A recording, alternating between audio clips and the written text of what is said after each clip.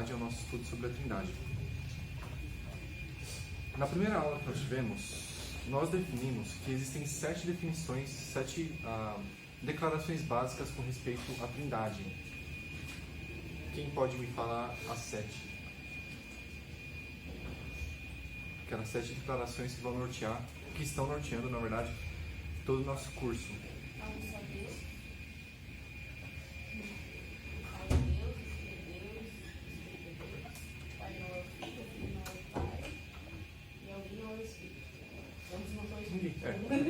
Só o Espírito é o Espírito.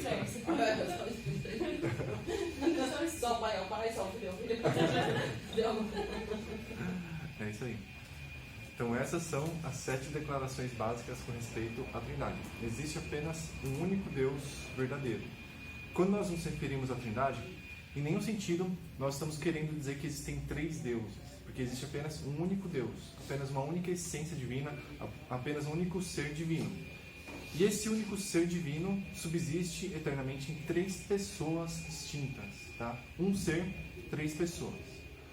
E é difícil para nós entendermos esse tipo de declaração, porque nós tendemos a comparar todas as coisas com nós mesmos, né? E nós somos um ser e uma pessoa. Só que Deus é um ser tripessoal.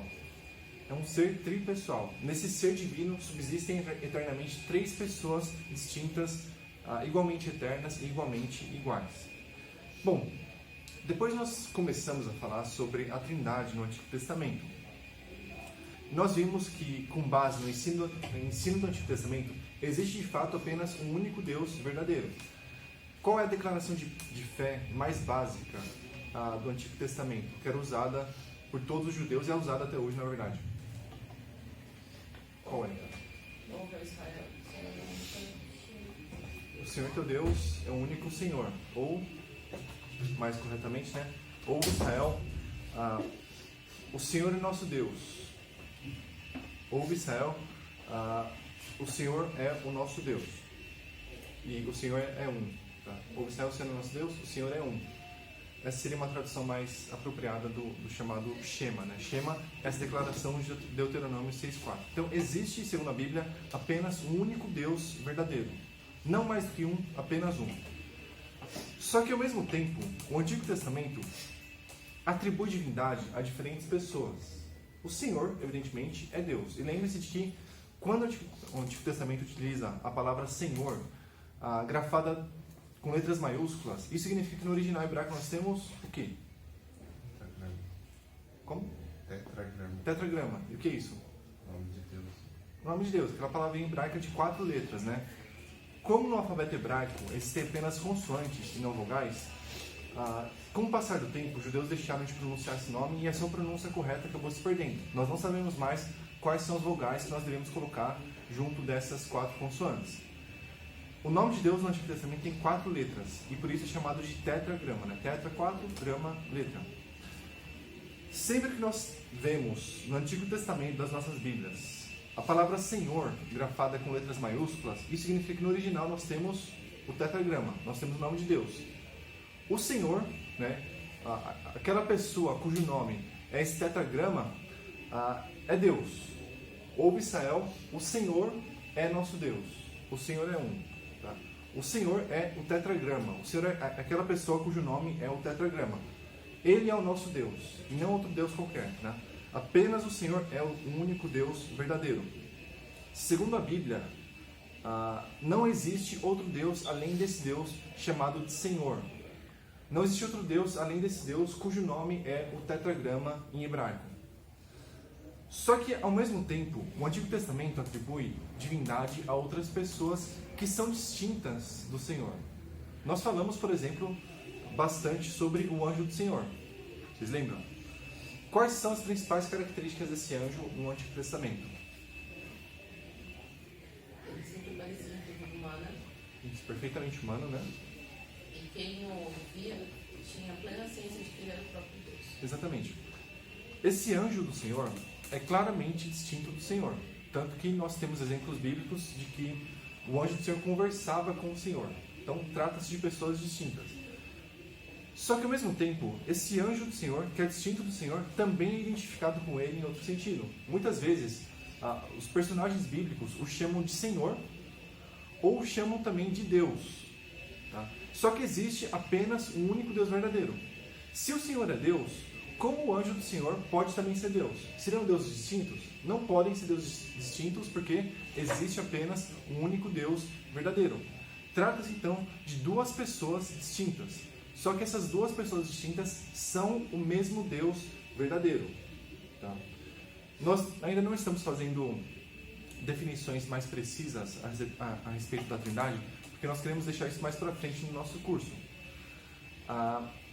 Mas o que é importante que vocês saibam nesse momento é que o anjo do Senhor e o Senhor são pessoas distintas e são o único Deus verdadeiro. Eu não estou dizendo que o anjo do Senhor se une ao Senhor para formar um Deus, como se Deus fosse uma espécie de Megazord, né? Não sei se vocês lembram dos Power Rangers do passado.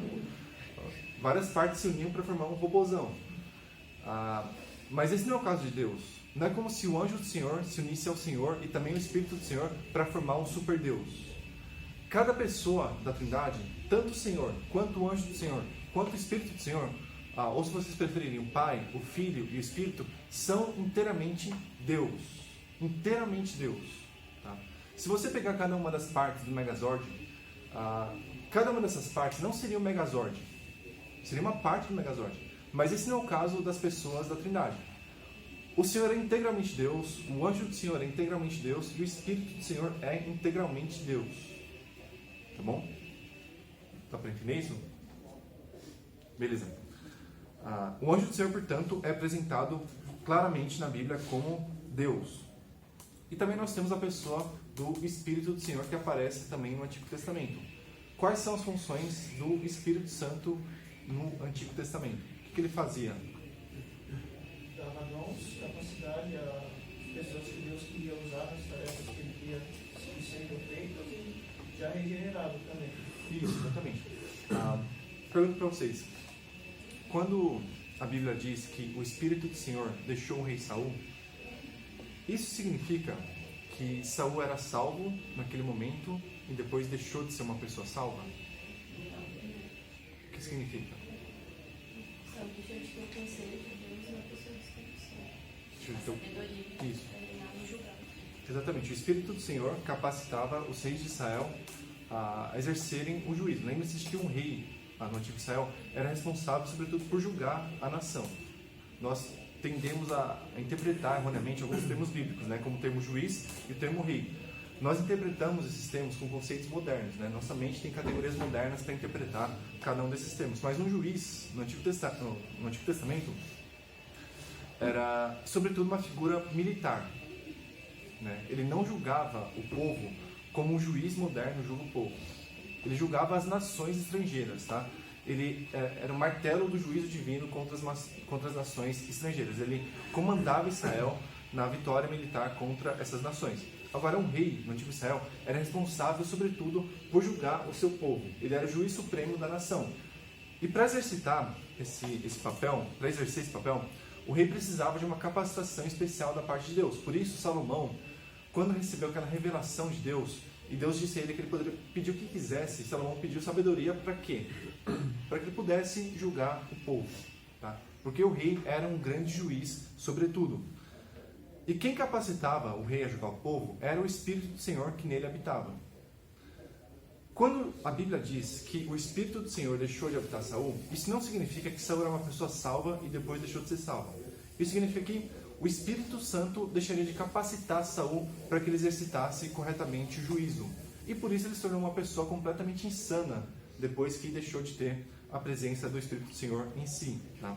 A partir daquele momento ele buscava ocasiões o tempo inteiro para assassinar Davi, porque ele acreditava que Davi era o seu grande rival no trono de Israel. Ele se tornou uma pessoa completamente insana depois disso, né? Beleza. Nós vimos também, na última aula, que o anjo do Senhor, que é identificado, né, com Jesus na Bíblia, também é chamado de Palavra do Senhor. O anjo do Senhor é chamado também de Palavra do Senhor. O que isso significa e por que isso é importante para nós? O que significa a palavra anjo? Mensageiro, né? É alguém que traz uma mensagem da parte de Deus, da parte do Senhor, a uma pessoa, a um indivíduo ou a toda a nação de Israel. Então, o anjo do Senhor é simplesmente um mensageiro do Senhor. Simplesmente, entre muitas aspas, né? Já que esse anjo do Senhor é mensageiro do Senhor, já que ele traz uma palavra da parte de Deus, esse anjo também é metonimicamente chamado de palavra. Quem sabe o que é uma metonímia? Que figura de linguagem é essa? O pessoal que está no colégio aí. Quando você toma um todo por uma parte, é isso? Também. Ou o contrário? Também, contrário também. A metonímia, eu gosto de tomar algo em lugar de outra coisa, né? Se eu digo, por exemplo, que eu comi um prato de feijoada, eu não quero dizer que eu comi literalmente um prato. Eu estou tomando o lugar, o recipiente em que a feijoada é colocada em lugar da própria feijoada. Isso é uma metonímia. Quando se diz que o anjo do Senhor é a palavra do Senhor, o que está acontecendo? Ele traz uma palavra da parte de Deus. E como ele traz uma palavra da parte de Deus, ele mesmo é chamado de palavra. Isso é uma metonímia. Então, o anjo do Senhor é metonimicamente chamado de palavra do Senhor, ou palavra de Deus no Antigo Testamento. A palavra de Deus é constantemente personificada no Antigo Testamento. Ela é tratada como se fosse uma pessoa. Nós vimos, na aula passada, diversos exemplos em que a palavra do Senhor ia a determinado indivíduo, ou que a palavra do Senhor ia em visão a determinado indivíduo. A palavra do Senhor era vista por homens, tá? Por que isso acontece? Porque tratava-se do anjo do Senhor, o anjo do Senhor que sempre aparecia com forma humana. Esse anjo era visto, e esse anjo era metonimicamente chamado de palavra do Senhor, porque ele trazia uma palavra da parte de Deus. Isso é muito importante para nós, porque nós vamos começar a falar hoje a respeito de João 1:1, né? Talvez um dos versículos mais importantes de toda a Bíblia. Bom, eu acredito que quase todos vocês conheçam de cor esse versículo, né? No princípio era o Verbo, e o Verbo estava com Deus, e o Verbo era Deus. Esse versículo faz referência a um verbo, mas não se deixe enganar pelas traduções, né? Porque quando nós falamos em verbo hoje em dia, nós geralmente estamos nos referindo àquela palavrinha, né, que serve para expressar uma ação, um estado, um fenômeno da natureza, né? Como o verbo amar, o verbo correr, o verbo viver. Só que verbo aqui não tem sentido, tá? Não se deixe enganar pelos termos da nossa tradução. A Bíblia não foi escrita em português. A Bíblia foi escrita no Novo Testamento em grego. O termo grego utilizado aqui é logos.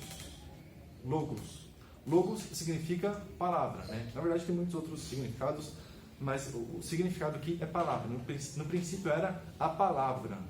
E hoje nós vamos falar sobre essa primeira parte do versículo, né? No princípio era a palavra. O que exatamente isso significa? Nós vamos ter que falar hoje um pouco a respeito de alguns conceitos da língua grega. Em grego, esse versículo é enarche en hologos. Enarche en hologos. Vamos tentar entender o que João estava querendo dizer com essas palavras. Toda a Bíblia é a palavra de Deus, inspirada, infalível e inerrante. E é nossa função, como intérprete da Bíblia, saber o que ela significa de fato. Tá? Nós só poderemos ser edificados por meio da palavra de Deus caso nós a interpretarmos corretamente. Então, todo esforço é fundamental para que nós cheguemos à intenção de João ao escrever essas palavras, que também era a intenção de Deus. Deus nos deu a sua mensagem por meio de autores humanos falíveis, que comunicaram infalivelmente a sua mensagem a nós. Tá? João não era um ser humano infalível. Ele errava, ele pecava, ele errava na hora de se expressar, mas Deus o inspirou de tal forma que ele comunicou perfeitamente e infalivelmente a mensagem que Deus tinha para nós. Então, essa sentença que nós vamos considerar hoje é a exata sentença que Deus queria que nós conhecêssemos e interpretássemos corretamente. Enarche en hologos. No princípio era o verbo. Bom, quem é essa palavra? João está se referindo àquela palavra do Antigo Testamento. Alguns intérpretes tendem a dizer que João estava se referindo a alguns conceitos da filosofia grega, né? Porque, de fato, na filosofia grega havia esse princípio impessoal da palavra, que era responsável por organizar, de certa forma, o universo. Eu não acredito que esse era o caso. Tá? Eu não acredito que João estava se referindo a certos conceitos da filosofia grega. Ele estava se referindo a conceitos do Antigo Testamento, como um bom judeu, como um bom hebreu. Ele estava retomando todo aquele conceito que nós já estudamos da palavra de Deus no Antigo Testamento, que constantemente era personificada. Aquela palavra que agia, aquela palavra que dava revelações aos homens e que trazia uma mensagem da parte de Deus. É a esse conceito que João está aqui se referindo, ao dizer no princípio era a palavra. Esse versículo se inicia com a expressão no princípio, né? Isso deixa claro que João está dialogando com textos do Antigo Testamento. Porque talvez o versículo mais famoso do Antigo Testamento tem essa expressão. Que versículo é esse? Gênesis 1, é o primeiro versículo da Bíblia. No princípio, criou Deus os céus e a terra. João está se referindo ao princípio do universo, ao princípio de todas as coisas que existem, né? No princípio, criou Deus os céus e a terra. Alguns grupos com tendências heréticas têm interpretado terrivelmente mal essa primeira expressão que aparece aqui.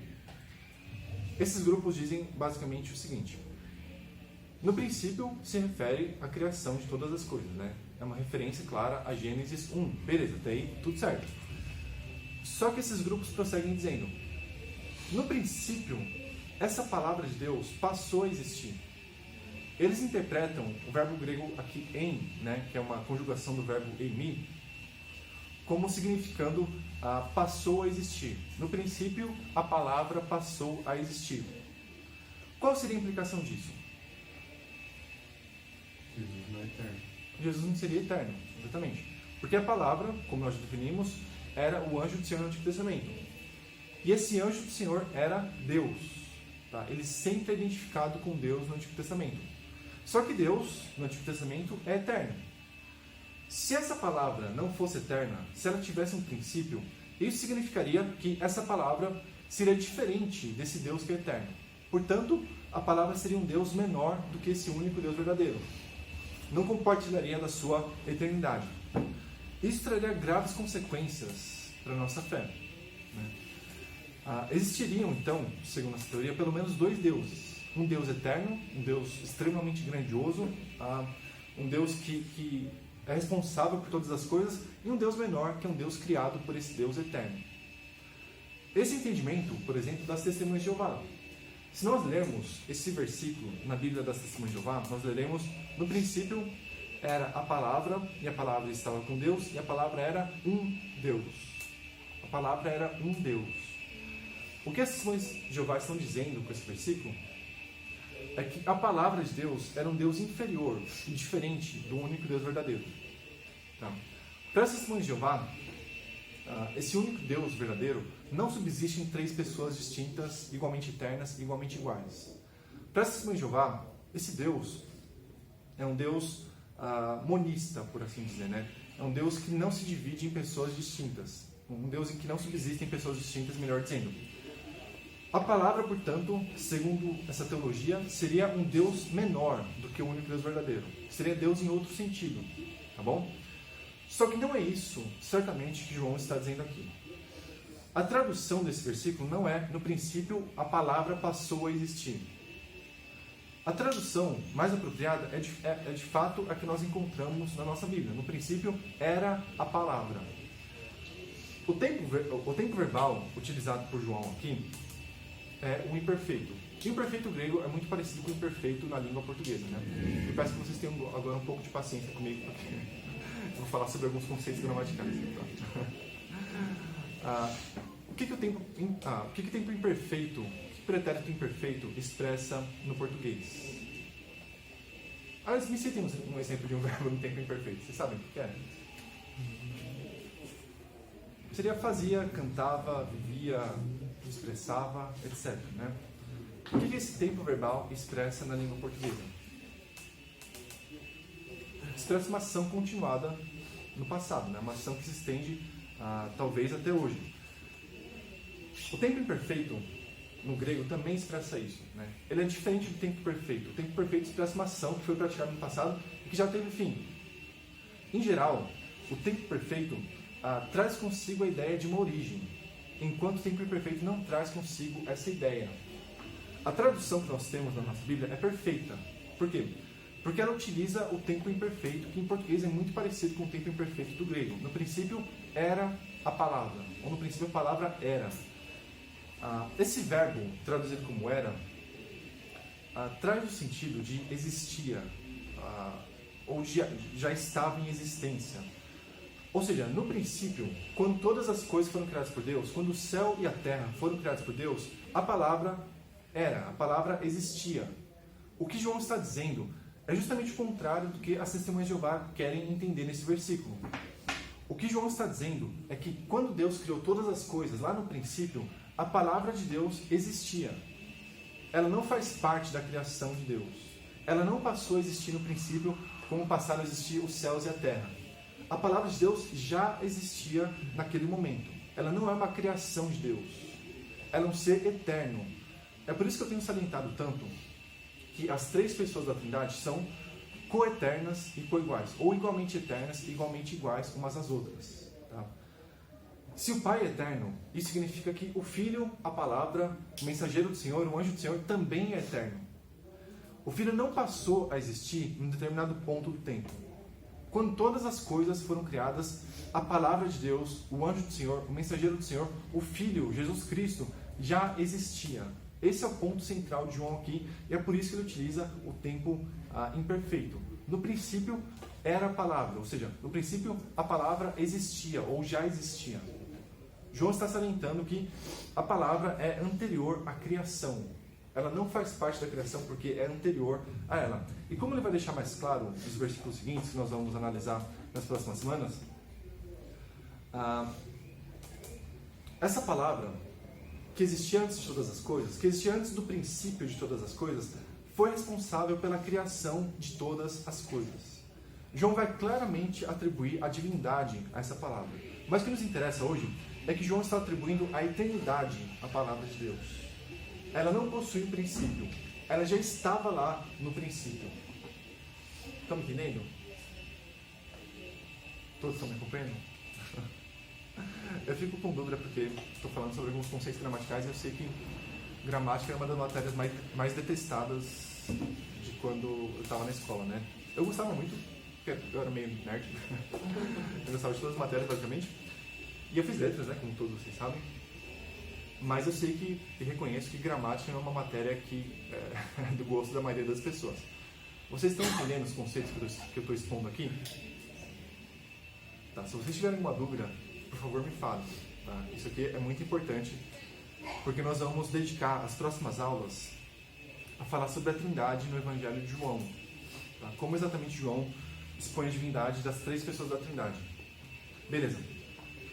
Então, João está aqui claramente atribuindo a eternidade à palavra de Deus, e a palavra de Deus no Antigo Testamento era o próprio Deus.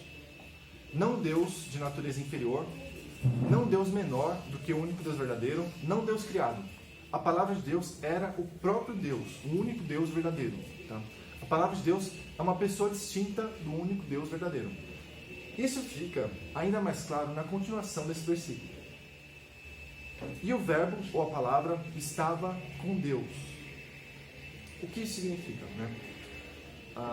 Quando João disse que a palavra estava com Deus, ele disse que a palavra estava prostonteon.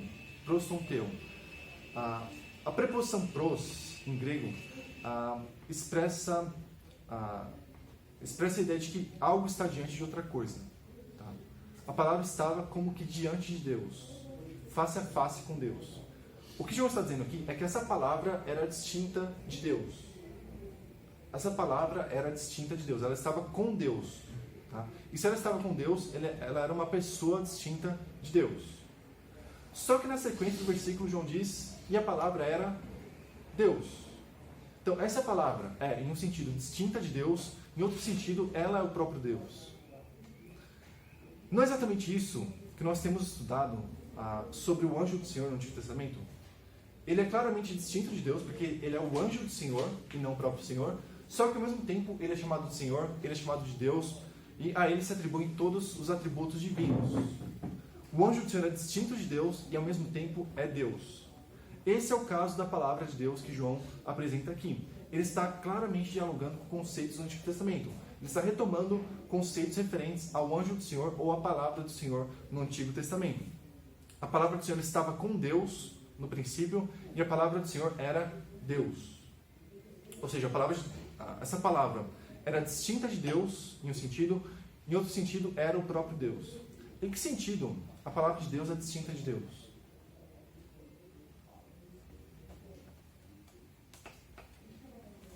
Nas funções, Como assim?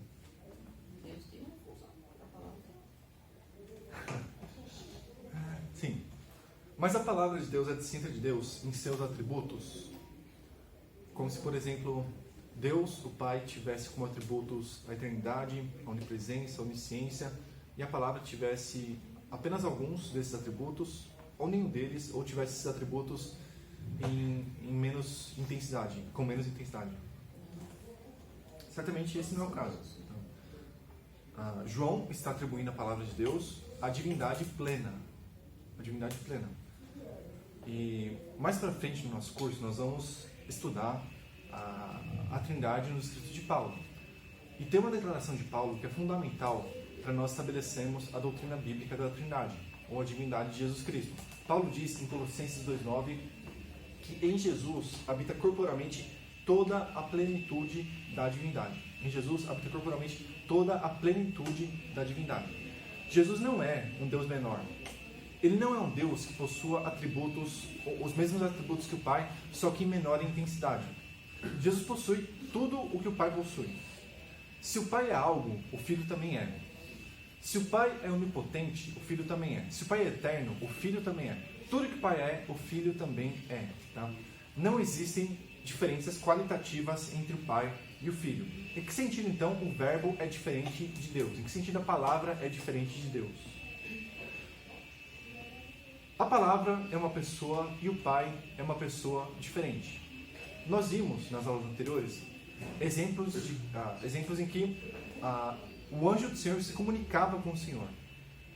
Eles trocavam ideias, eles mantinham um diálogo entre si.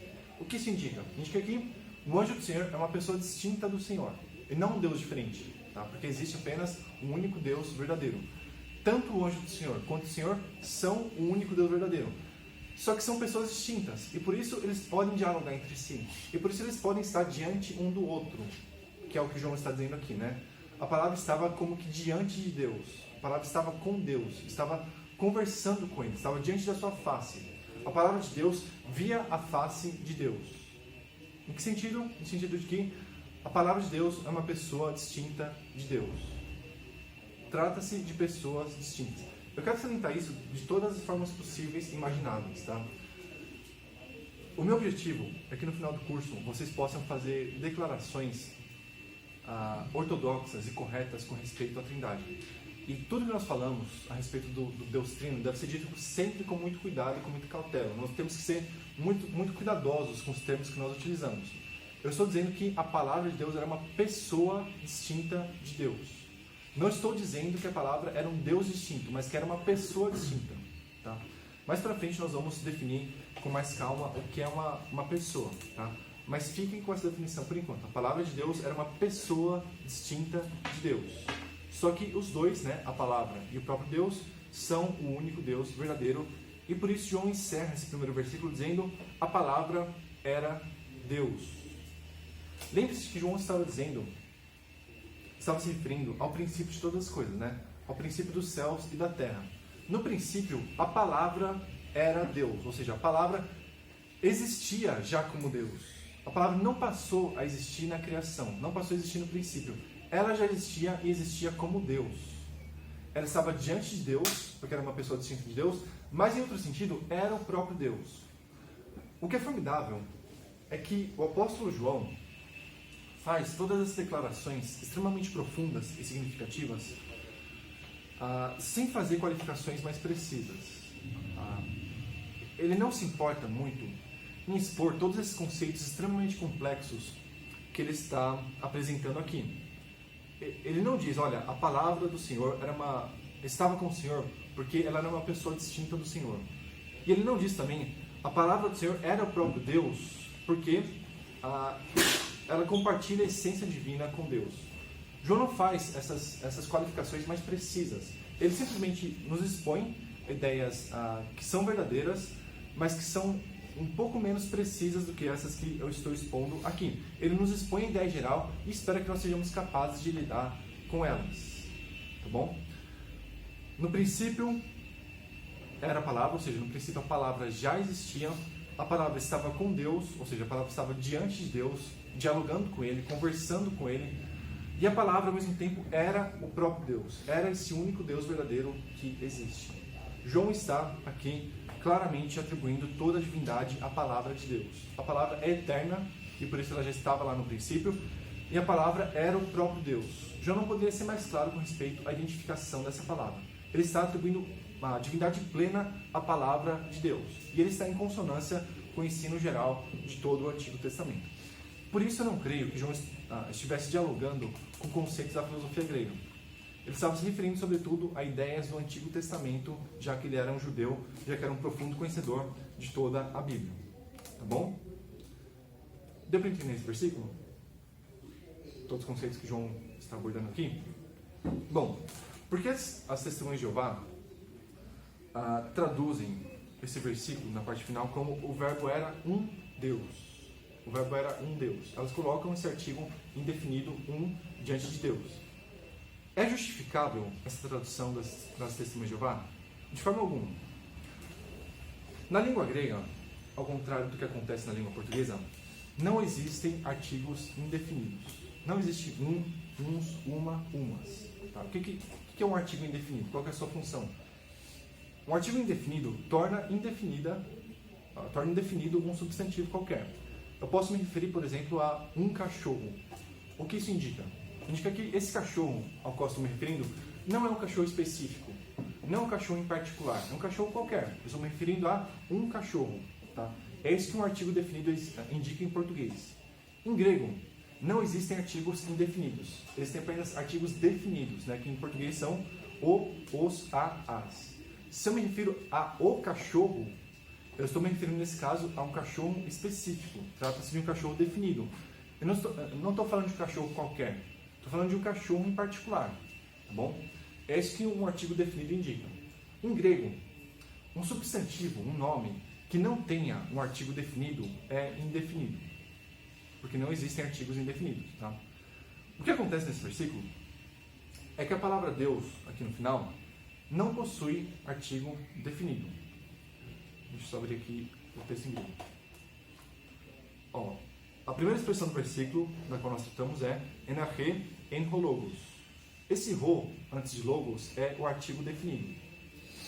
Ou seja, João está falando de uma palavra definida, de uma palavra em particular, e não de uma palavra qualquer. A sequência do versículo diz kai ho logos en proston theon. Mais uma vez, nós temos o artigo definido em grego, tanto antes de logos, quanto antes de theon, que é o substantivo traduzido como Deus. João não está falando aqui de um Deus qualquer, está falando do único Deus verdadeiro. Ou seja, esse verbo específico, esse verbo definido, estava diante de um Deus definido, e não diante de um Deus qualquer. Porque João utiliza o artigo definido, tanto antes de logos, quanto antes de theon, tanto antes da palavra, quanto antes de Deus. E na última parte do versículo, João diz, kai theos en ho logos. Nesse caso, João não utiliza o artigo definido antes da palavra Deus. Ele utiliza o artigo definido apenas antes da palavra logos, apenas antes da palavra palavra. Né? Será que o fato de ele não utilizar o artigo definido antes da palavra Deus, na última parte do versículo, indica que esse Deus é um Deus indefinido e que as testemunhas de Jeová estão corretas ao traduzir a expressão como e o verbo era um Deus? Né? Porque esse um indica que o Deus era indefinido. Bom, certamente esse não é o caso. Nós vamos falar ainda sobre muitos outros trechos desse capítulo, mas em particular, no versículo 14, João também utiliza no versículo 13, João também utiliza o termo Deus. E nesse caso, o termo Deus também não possui o artigo definido diante de si. E ele claramente está se referindo ao único Deus verdadeiro, a um Deus definido, e não ao Deus qualquer, e não ao Deus desconhecido. Ele está se referindo no versículo 13 ao único Deus verdadeiro. Só que ele se refere a esse Deus sem utilizar também o artigo definido. Por que isso acontece? Porque em grego, por mais que a regra geral seja que artigos que não possuem, que substantivos que não possuem o artigo definido são indefinidos, dependendo da ordenação dos termos da sentença, substantivos sem artigo definido podem ser definidos. É o que acontece nesse versículo. Se vocês perceberem, a ordem nessa última sentença está invertida. Como assim? Na sentença anterior, a palavra Deus aparecia no final. A palavra estava com Deus. A palavra Deus estava no final. Agora, na sentença seguinte, a palavra Deus está no começo. Por mais que isso não apareça na nossa tradução, né? O que João diz é: e Deus era a palavra. E Deus era a palavra. O posicionamento da palavra Deus no começo da sentença indica que se trata de um Deus em particular, de um Deus definido, de um Deus específico, não de um Deus qualquer. E por isso, a tradução das Testemunhas de Jeová está profundamente equivocada. João não está falando sobre um Deus qualquer, como se a palavra de Deus fosse um Deus inferior ao único Deus verdadeiro. João está claramente identificando a palavra de Deus com esse único Deus verdadeiro. A palavra de Deus não era um Deus de uma qualidade inferior. Não era um Deus que não era eterno, que não era onisciente, que não era onipotente. A palavra de Deus era Deus em sua inteireza. E por isso Paulo diz, em Colossenses 2,9, que em Jesus habita corporalmente toda a plenitude da divindade. Tudo que Deus, o Pai, é, o Filho também é. Tudo que o Senhor é, a sua palavra também é. Tá? João não deixa dúvidas no grego de que ele está atribuindo divindade plena à palavra de Deus. A palavra de Deus é tudo o que Deus é. A palavra de Deus é o mesmo Deus que o único Deus verdadeiro, e não um Deus diferente, e não um Deus de natureza inferior. Estão me entendendo? Está ficando muito complexo? Não? Certo. Bom, como essas verdades que nós estamos estudando em João 1:1 podem nos impactar? Como essas verdades, que aparentemente são tão complexas, e são de fato, podem modificar as nossas vidas. Nós cantamos louvores a Jesus Cristo aqui todas as semanas, né? Nós exaltamos o seu nome, nós dizemos que o nome de Jesus é um nome sem igual, e nós cantamos isso hoje pela manhã, né? Nome bom, doce fé, a esperança do porvir. Nós estávamos cantando ao nome de Jesus Cristo. Por que nós fazemos isso? Porque nós cantamos a esse ser. Nós cantamos a Ele, nós louvamos o seu nome, porque o seu nome é um nome divino. Nós cantamos a Ele porque Jesus é integralmente Deus. Nós seremos terrivelmente hereges, nós seremos terrivelmente profanos se nós cantássemos a um ser que não é divino. Não faria o menor sentido nós entoarmos louvores a um Deus que seria, a um ser que seria menos do que Deus. Nós só podemos cantar louvores a Jesus porque Ele é integralmente Deus. Porque tudo que Deus o Pai é, Jesus o Filho também é. E esse foi o Deus que morreu por nós na cruz do Calvário. Esse foi o Deus que se humilhou por nós e se fez homem, semelhante a nós. Na segunda aula desse curso sobre a Trindade, nós falamos um pouco sobre o capítulo 2 de Filipenses, né? Em que Paulo fala sobre a humilhação de Jesus Cristo. Paulo diz em Filipenses 2 que Jesus existia na forma de Deus. E ainda nós vamos falar bastante sobre essa declaração do apóstolo Paulo quando nós chegarmos à Trindade nos escritos de Paulo. Mas Paulo diz que Jesus Cristo existia na forma de Deus.